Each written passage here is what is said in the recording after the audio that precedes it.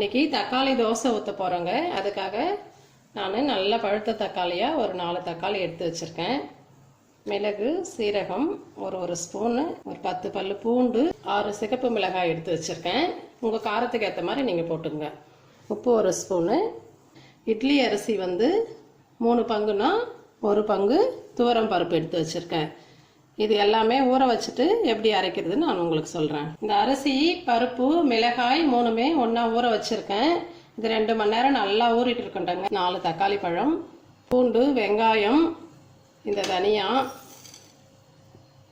சீரகம், மிளகு, இந்த அரிசி கூடவே எல்லாமே சேர்த்து ஒன்றா கொஞ்சம் கொரப்பாக அரைச்சி எடுத்துக்கலாம். கடைசியாக உப்பு சேர்த்து கலந்து வச்சுட்டு ஒரு மணி நேரம் அப்படியே வச்சுட்டு அதுக்கப்புறம் நம்ம தோசை ஊற்றலாம். 3 மணி நேரம் ஊற வச்சு 1 மணி நேரம் அப்படியே வச்சுருந்த அரைச்சி எடுத்து அந்த மாவு இதில் நம்ம வெங்காயம் போட்டு தாளிச்சிடலாம். இது பிளைனாக தாளிக்காமல் அப்படியே ஊற்றலாம். அதுக்காக 2 கப்பில் எடுத்து வச்சுருக்கேன். வெங்காயம் 1 பொடியாக கட் பண்ணி வச்சுருக்கேன். தாளிக்கிறதுக்காக கடுகு, உளுத்தம் பருப்பு, தேவையான எண்ணெய், கொத்தமல்லி, கருவேப்பிலை.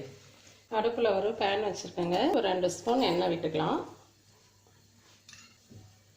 அதில் கடுகு சேர்த்துடலாம்.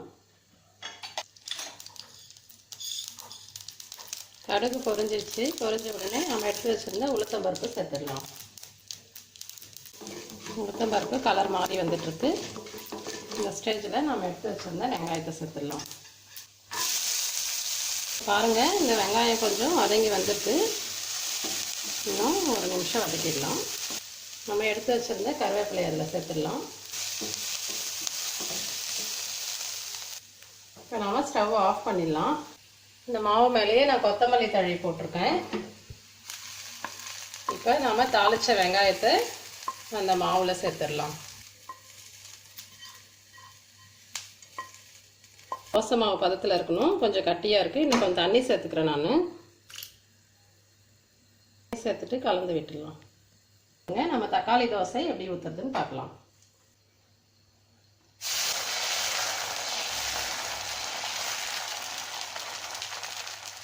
நல்லா அழகாக ஸ்ப்ரெட் பண்ணி விட்டுடலாம்.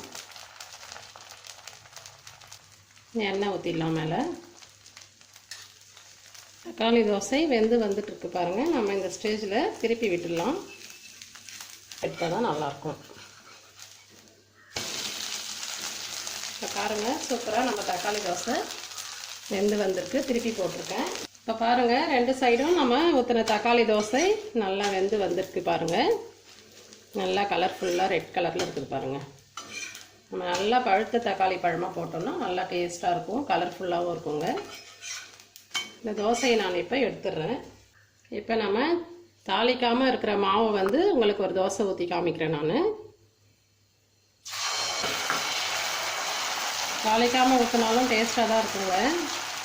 நம்ம அதிலே வெங்காயம், பூண்டு எல்லாமே சேர்த்துருக்குறோம். ரொம்ப நல்லாயிருக்கும் தாளிக்காமல் ஊற்றினாலும்.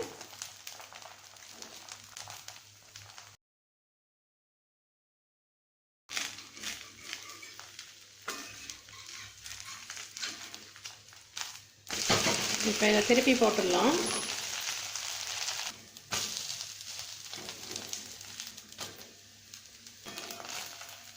இந்த தோசை ரெடி ஆயிடுச்சு. தக்காளி தோசை சூப்பராக ரெடியாக இருக்குங்க. அதுக்கு நான் தேங்காய் சட்னியும் வெல்லமும் எடுத்து வச்சுருக்கேன்.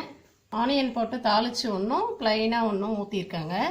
பட்டர் கொஞ்சம் மேலே வச்சுட்டு சாப்பிட்டா சூப்பர் டேஸ்ட்டில் இருக்குங்க இந்த தோசை. நீங்களும் உங்கள் வீட்டில் ட்ரை பண்ணுங்கள். எப்படி இருக்குன்னு சொல்லுங்கள்.